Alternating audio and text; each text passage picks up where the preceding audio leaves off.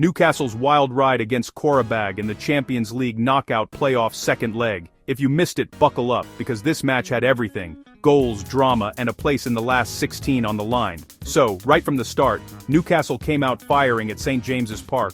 Just 4 minutes in, Sandro Tonali smashed home his first ever Champions League goal after a nice bit of chaos in the box. Keeper parried it, Tonali pounced, and before Qarabag could even shake it off, Joelinton volleyed in a second from a Harvey Barnes cross. 2-0 up in 6 minutes. You could feel the Geordie buzz. Now, with Newcastle already holding a massive 6-1 lead from the first leg in Baku, you'd think it was all over, right?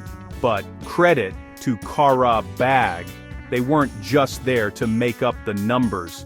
Colombian forward Camilo Duran, who was brilliant all night, weaved past Dan Burn and finished coolly to make it 2-1 early in the second half.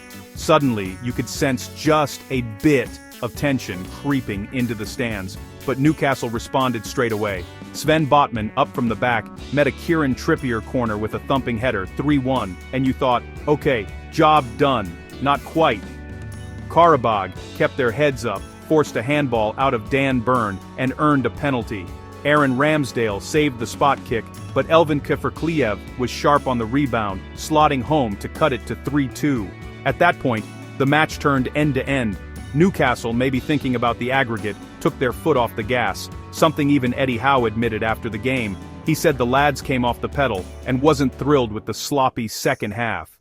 Sandro Tonali, who got his first UCL goal, was just as blunt, saying the team only played for the result and the fans deserved more. Even Jacob Murphy called it job done, but admitted Newcastle made hard work of it at times.